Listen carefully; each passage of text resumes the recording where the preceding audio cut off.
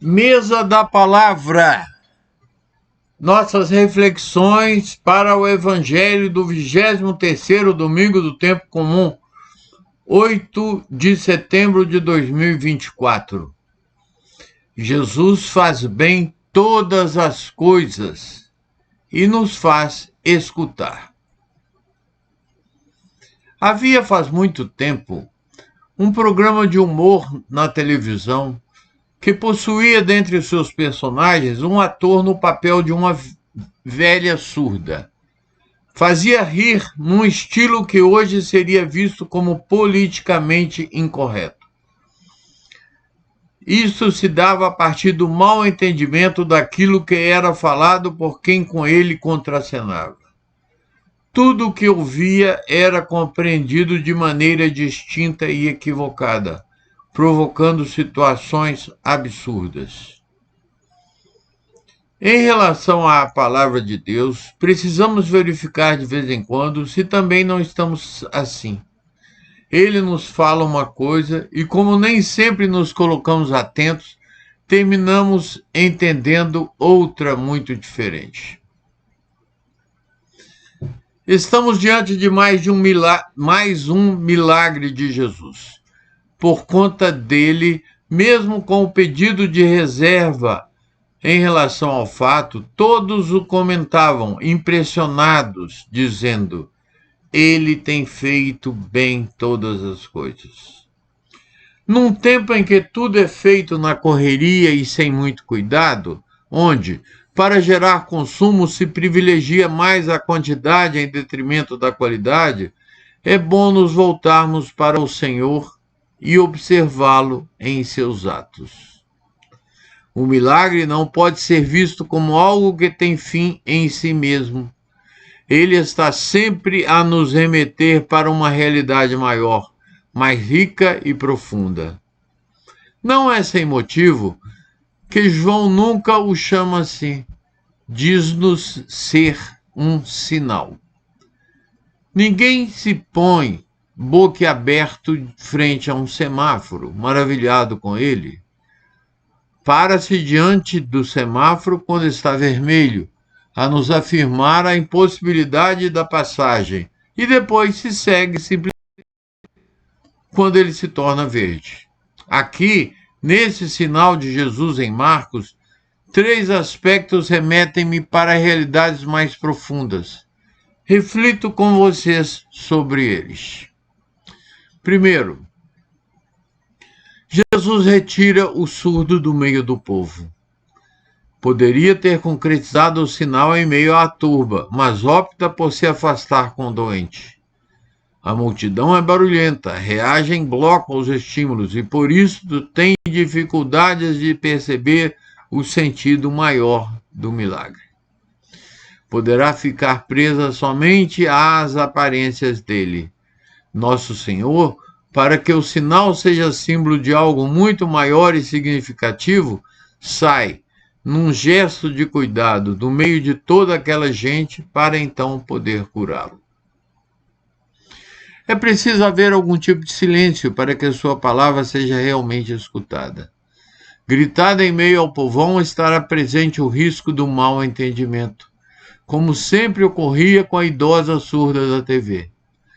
Outro aspecto a ser considerado nesse gesto é que Jesus não tem a menor intenção de propiciar espetáculos. Quer simplesmente gerar o bem a alguém que está em sofrimento, sentindo-se excluído por causa da sua doença. Notemos também que este homem não se aproxima por vontade própria de Jesus. O evangelista nos conta que ele é levado pelos seus amigos, talvez os seus parentes. Eles o levam para Jesus e este o leva para longe da multidão. Alguém nos levou quando éramos surdos para Jesus e ele nos convidou a irmos para um lugar só nosso. Cada um de nós tem seu lugar de intimidade com o Senhor. Segundo, Jesus surpreende com seu gesto. Na semana passada, pudemos ver os doutores da lei e fariseus escandalizados com o fato dos discípulos comerem sem terem cumprido com a lavagem ritual das mãos. O mundo dá volta e agora sou eu que me assusto ao contemplar Jesus cuspindo e tocando com a sua saliva a língua do surdo. Vista a cena sob a ótica daquele povo, 2000 anos atrás, logo veremos que entendiam a saliva como uma espécie de hálito líquido.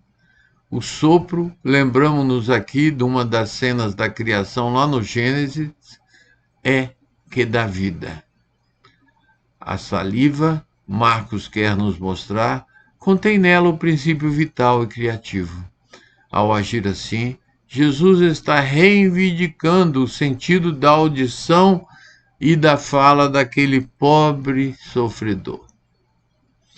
Parece que com essa narração, Marcos está a nos contar detalhes do rito batismal das primeiras gerações de cristãos. Não por acaso, o sinal do Efatá continua presente no sacramento do batismo até os dias de hoje.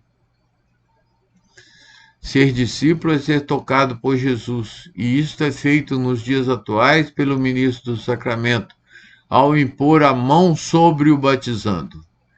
Ser discípulo é ter os ouvidos abertos para escutar a palavra e colocá-la em prática no seguimento. 3. Ouvir e escutar a palavra. Apesar de parecerem simples sinônimos, há uma enorme diferença entre essas duas palavras. Ouvir é o que há de mais simples, significa o uso do aparelho auditivo. A pós-modernidade é tempo de muito barulho. Estão disponíveis a todo momento milhares de sons, ruídos e palavras à nossa volta. Da sua grande maioria, apesar de estarem sendo ouvidos, nem se dá conta de que existam. Literalmente, entram por um ouvido e saem pelo outro. Ouvir é aquilo que fazemos quando estamos cumprindo outras tarefas. Por exemplo, eu faço uma coisa e ouço enquanto a estou fazendo. Vai falando aí que eu vou fazendo aqui. Escutar é muito diferente. Escutar exige muito mais do que o simples captar de sons. Ao escutar, tomamos consciência daquilo que nos é transmitido. Tornamo-nos atentos, recordamos, refletimos e aceitamos, ou não, o que nos esteja sendo proclamado. Na verdade, a função da escuta tem início no cérebro, mas não permanece nele. Sai lá do alto e desce para o coração. O lugar da escuta por excelência na tradição bíblica, lembremos-nos do Shema, escuta Israel. Também não se torna apenas sentimento.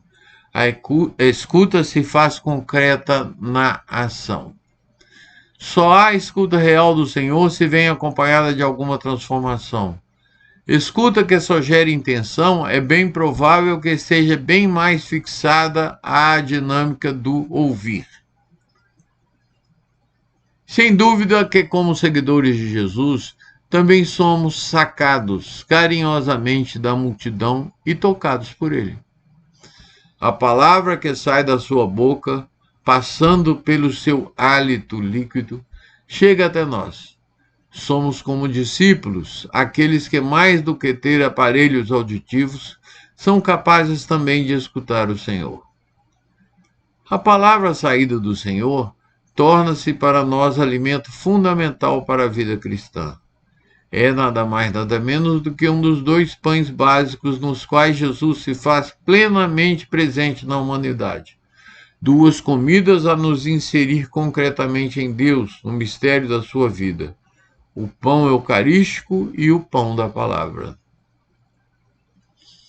Na Semana da Independência, nesse ano, com tons de pregação brutos e violentos, semeando separação e medo, precisamos escutar mais atentamente o Senhor. Mais que de divisão, precisamos de diálogo e de união entre nós. necessidade de nos integrarmos como nação para cuidarmos de tantos que se encontram à margem. Milhões dependentes do suprimento das necessidades mais básicas que lhes sejam capazes de conferir dignidade. Excluídos que gritam à margem da vida. Com certeza que somente seremos um país verdadeiramente cristão quando houvermos superado tão vergonhosa pobreza e desigualdade. Toda vez que nos deparamos na Bíblia com um personagem anônimo, existe aí um convite para que o assumamos. O surdo que, tocado por Jesus, passa a ouvir, nada mais é, então, do que cada um dos seus seguidores pelo mundo e tempos afora. Que possamos refletir, então, na forma como a palavra ouvida esteja se fazendo vida, se tornando palavra escutada em todas as nossas intenções, ações e operações. Para ajudar nossa reflexão, escuto ou ouço Jesus? Deixo-me tocar por ele? De que maneira Jesus tem me surpreendido? Um bom domingo, uma boa semana. Depois, se você ainda não está, entre para o Evangelho em um minuto. Ajude-nos a divulgar mais o Evangelho dessa maneira. Além desse comentário longo, todo dia temos o Evangelho curtinho, tá bom?